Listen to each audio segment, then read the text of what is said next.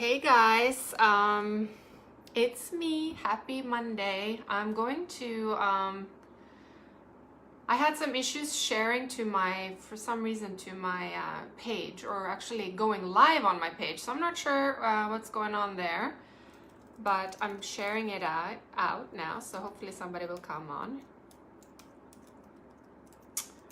If you're there, say hello, and we're gonna get started soon. Do different people need vastly different diets? This is something we hear a lot lately, and something that I wanted to address. I'm going to share it again in my group, Plant Empowered Bon Vivants. If you're not a member there, it's a great group.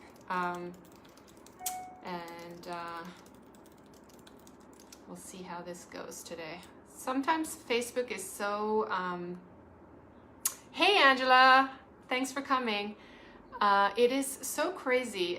Facebook just keeps changing on me every 5 minutes. So for some reason, I wasn't able to go live directly on my page, Sunny Gandera, but I think this is public, so you can go ahead and share this video if you think this is a great topic. If there's something that you are struggling with, do I need different, nutrition than others, than my next door neighbor? Why am I feeling the way I'm feeling, and so forth? Hi, Henrietta. Hi, Trina. Hey, thanks for joining. So I'm going to jump right into it because, it's one of those things that kind of is annoying, that I'm always hearing all the time. And for those of you who are into nutrition and diets and, love to explore different diets, you've probably heard more than once that one size doesn't fit all, right? And what works for one person may or may not work for the next person. And while much of that's true, and I agree with some aspects of this, the diet industry has really gone and sort of stretched this really far out to eliminate like entire macronutrients from people's diets, right? So they say you might do great on a low carb diet. Well, I absolutely need a ton of meat in mine, right? So this becomes sort of a misguided effort to explain that some people may be more tolerant of certain foods or certain ways of eating than others. And I'll explain more where I'm going with this. But it's really no wonder that we're confused about what to eat, right? And what's right for us. We live in a culture that makes it really difficult for us to make healthy choices because the food industry is only preoccupied with making money. They're not really concerned with whether or not their products are ideal for us. They use fear tactics and stories to scare people into believing that you need to eat a certain way, knowing that most people, don't have the resources, the time, or even inclination to question what they're actually saying. So that's really why I'm here, because I do spend time researching, and I am also really picky about where does this research come from, like who is behind this research, who is funding this research, do they have vested interests in publishing this study? That's something that most people don't think about. They're like, oh, I read it in a magazine, it must be true. Not quite, but you know what I'm getting. That's kind of extreme. But my point is we really have to start making empowered choices and take the time out to either do your own research or get to know somebody that you trust and that you've had results with when it comes to foods that we eat, because there are so many. Oh, hey Julie, thanks for coming on live. Yay. That's exciting. And Julie, by the way, is another great health coach, and I'm going to be watching your sugar challenge talk. So please follow Julie if you guys are into health and yoga and all that good stuff.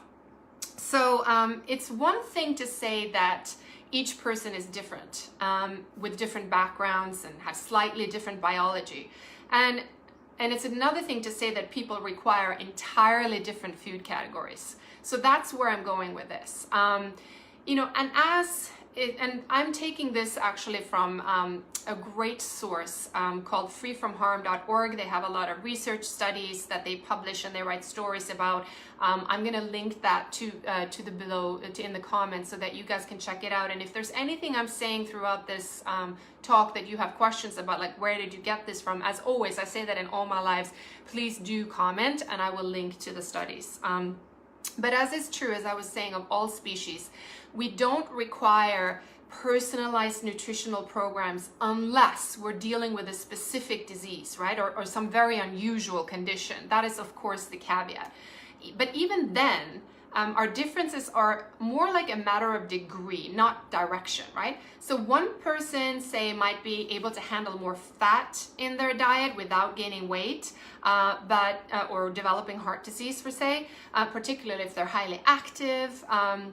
And another person might need to adhere to a low-fat, plant-based diet if they're trying to reverse an advanced stage heart disease. You know, we've talked about that before, how that can be really beneficial.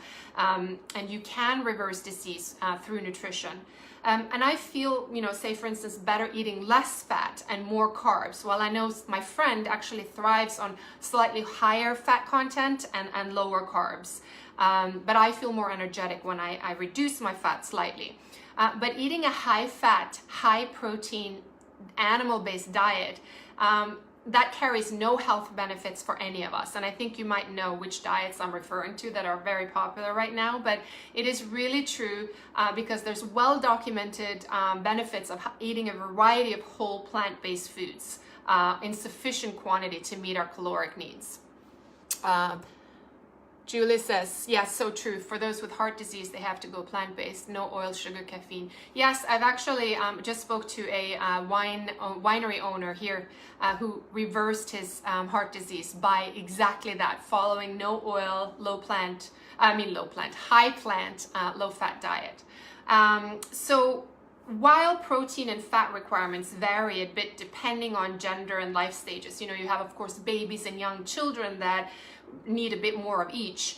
The recommendations for adults don't vary anywhere near to the extent of where these fad diets sort of recommend that we vary, right? So roughly, according to the National Academy of Sciences, the Institute of Medicine's macronutrients recommendations are about 10% protein, at least 6% essential fats, and at least 130 grams of carbohydrates. I think I talked about the low carb diets that, you know, say you should only eat 55 grams of carbohydrates. No wonder you're tired. No wonder your breath stinks. No wonder you're constipated, right? Let's see. Yeah, there are no studies that show that a high fat, high meat reverse. That's true. Yeah, no, I would like to see those studies, and not isolated studies, by the way, because as we know, everything is holistic, everything runs together. So that's another thing, like really knowing how to read those research studies. But that's a totally different live that I'll go into. If you're interested in that, I can totally talk about how to dissect these research papers, right?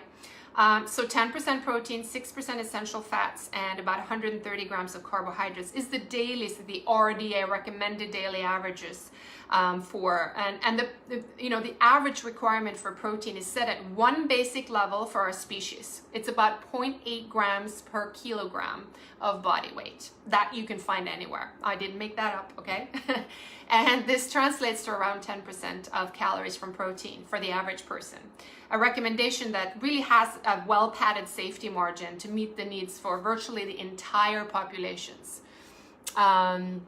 Yes, me too, Julie. I'm still waiting on those studies. So, you know, a few well-known low-carb diets, for instance, recommend eating 25% of calories from protein.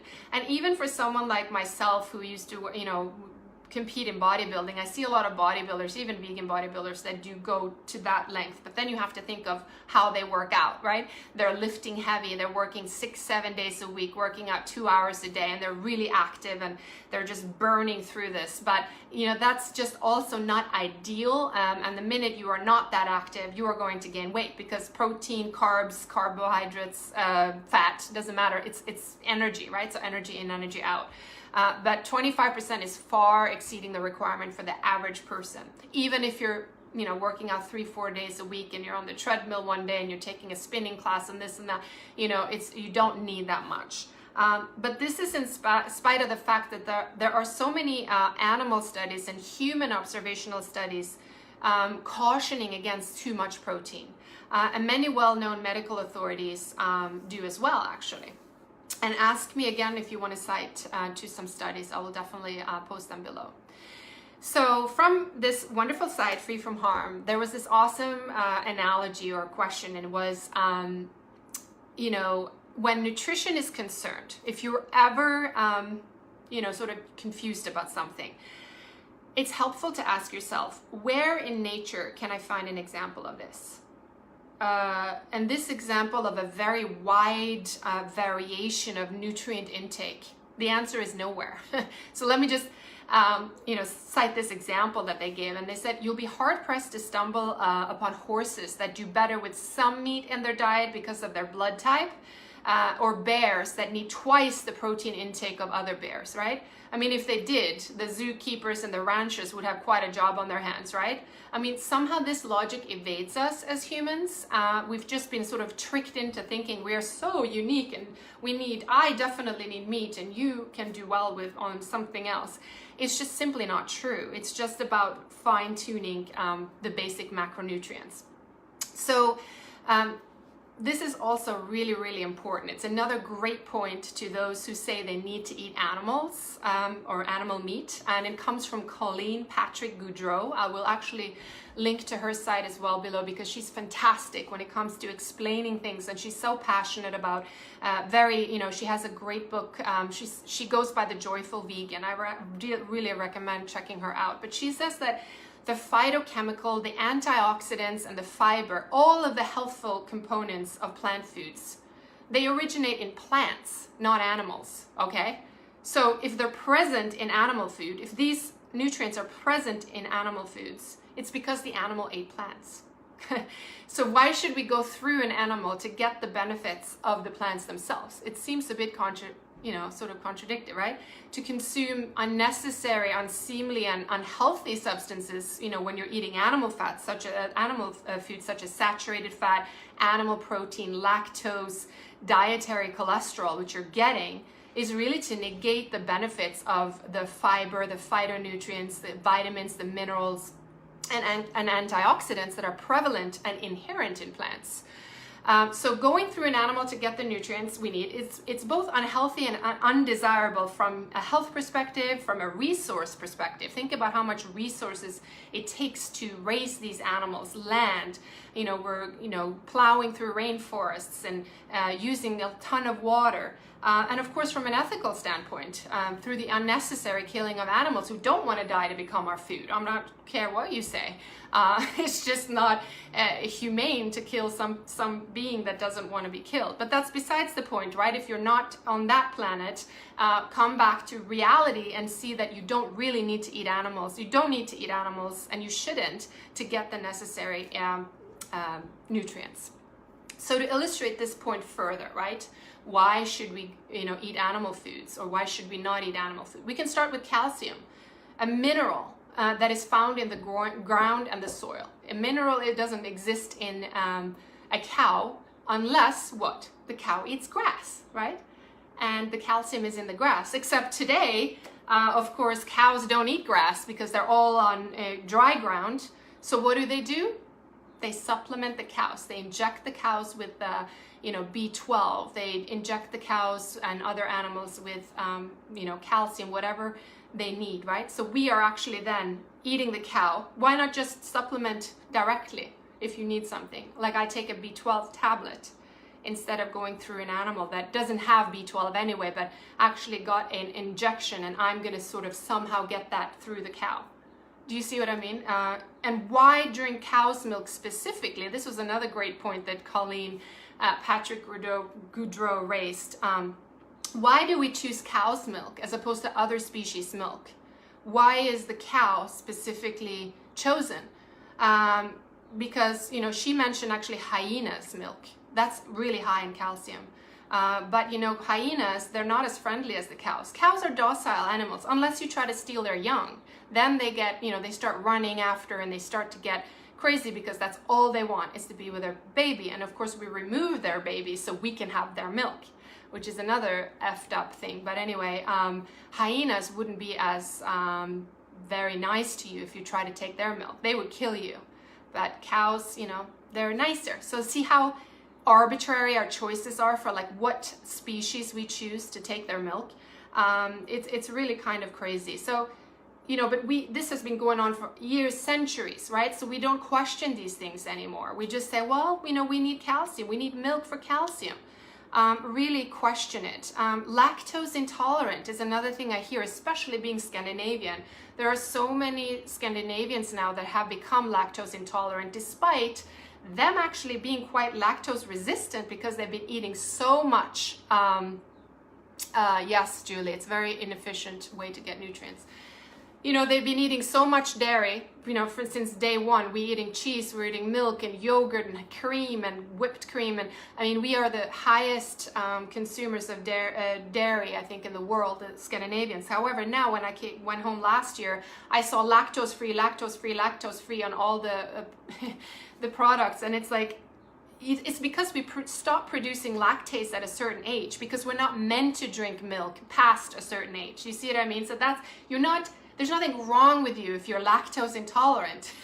You're just not supposed to drink milk. We're the only species that drink milk after a certain age. Look at the calf weans itself off milk and start eating grass. We're the only one that insists on eating this, drinking this milk.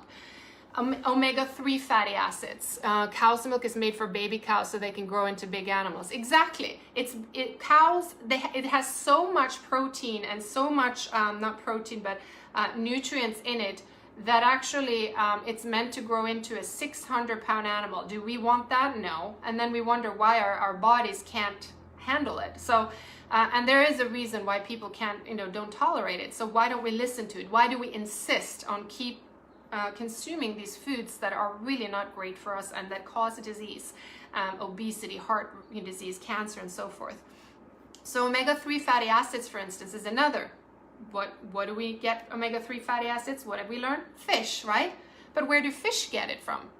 They get it from algae, phytoplankton in the sea. Why not go to those? There are so many amazing, like, seaweeds that we can eat directly without going through the fish, and we're ravaging the oceans. There's not going to be any more fish in the sea after 2048 the way we're going, and it's all polluted and nasty. And I did a Facebook Live on fish the other day, from Friday, I believe. So if you haven't seen it, go back on my page on Friday and see my Facebook Live on fish and why I think that fish isn't great, but it's also been sort of put on a pedestal as the healthiest food to eat, and we must eat X amount per week to be healthy. Anyway, so you also hear people, oh, I need protein, I just felt tired, I tried to go vegetarian, I just was anemic, I needed iron, meat.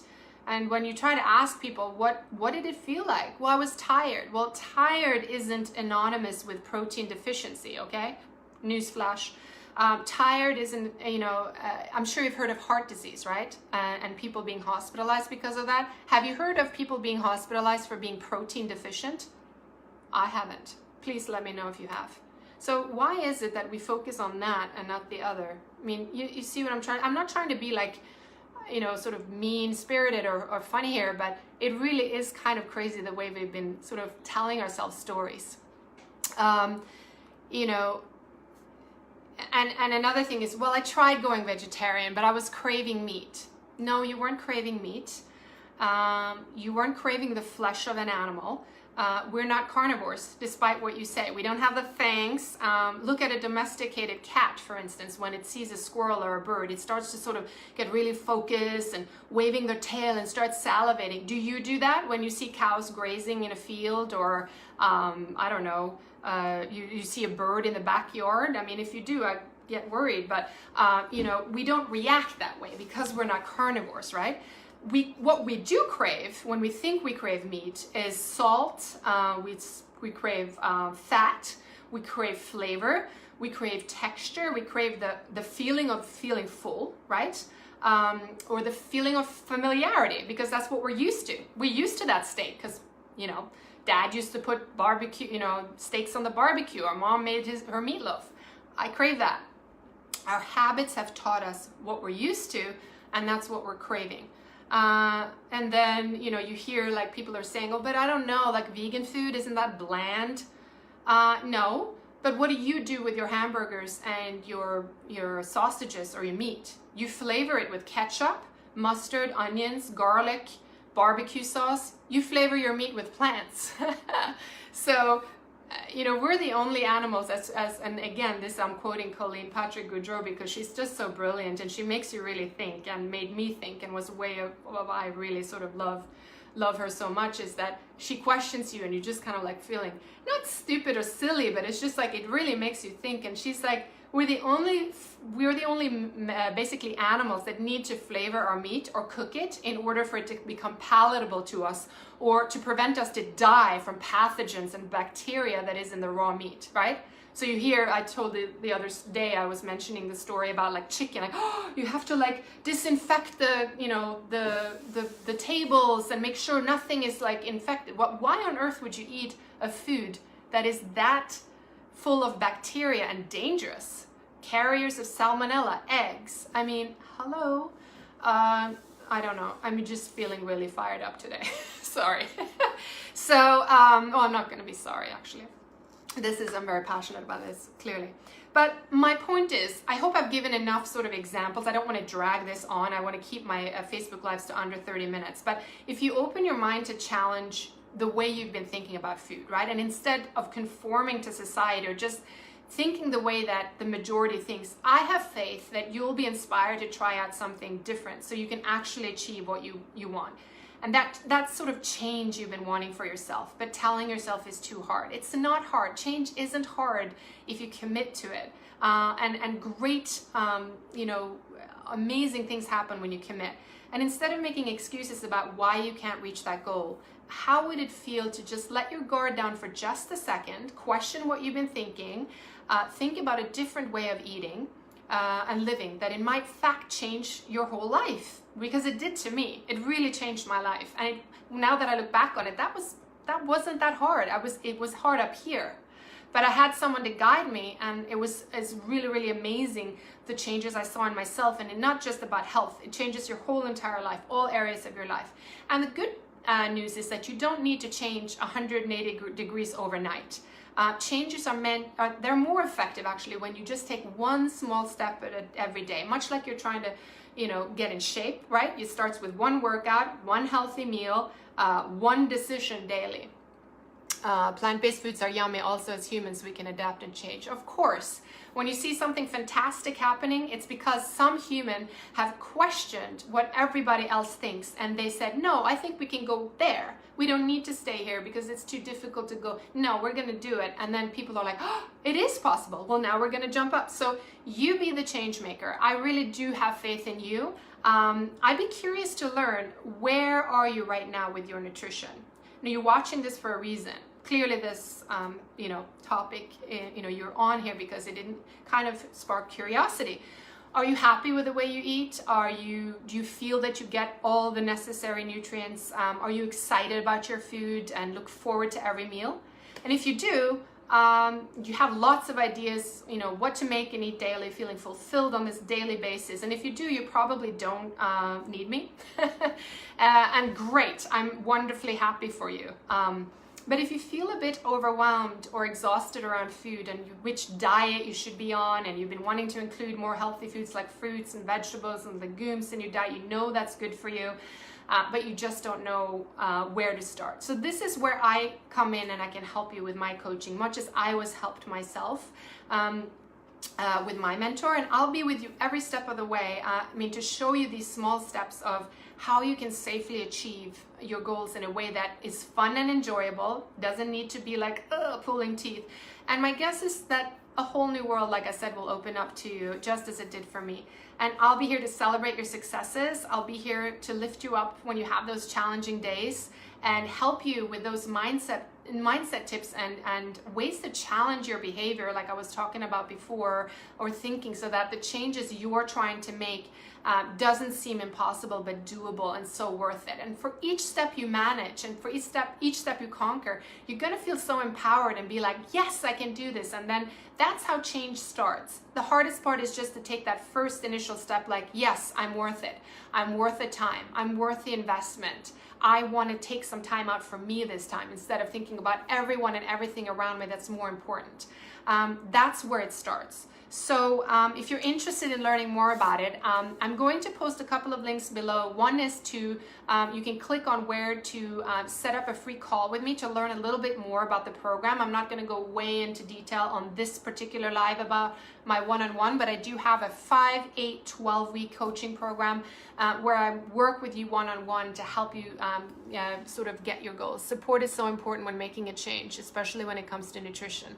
Yeah, and that's it's so true, Julie, and thank you for sharing that, because most of us, especially when we're women, we think, well, I can do this myself. But the truth of the matter is you're not going to sit down and spend hours Googling and setting up your own recommended nutrition plan, or even write out all your recipes and make sure you're ready. You just don't have the time, right? You are busy, you're working, you're taking care of your family, you have other things you'd rather want to do. So this is where coaching comes in, and not just for somebody to do the work for you, because you certainly have to put in work. However, it's just so much easier and better when you have support and when you have someone in your corner who really wants to see you succeed, and who is who is on the same page. And as we know, when we're trying to make change, sometimes family are the least supportive, and that can feel really lonely. And that's why 99% of people fall off and they never make changes they want, because they cave in to peer pressure. So a coach is someone who can really be there and help you and guide you along the way. And I would love to get that opportunity. I'm also going to post a link just to sort of give you an outline of my programs that I offer right now. They're actually really inexpensive when it comes to working with me, because typically I'm super expensive. No, but no, seriously, feeling very led to working with people who really feel the need to change, because the world needs it.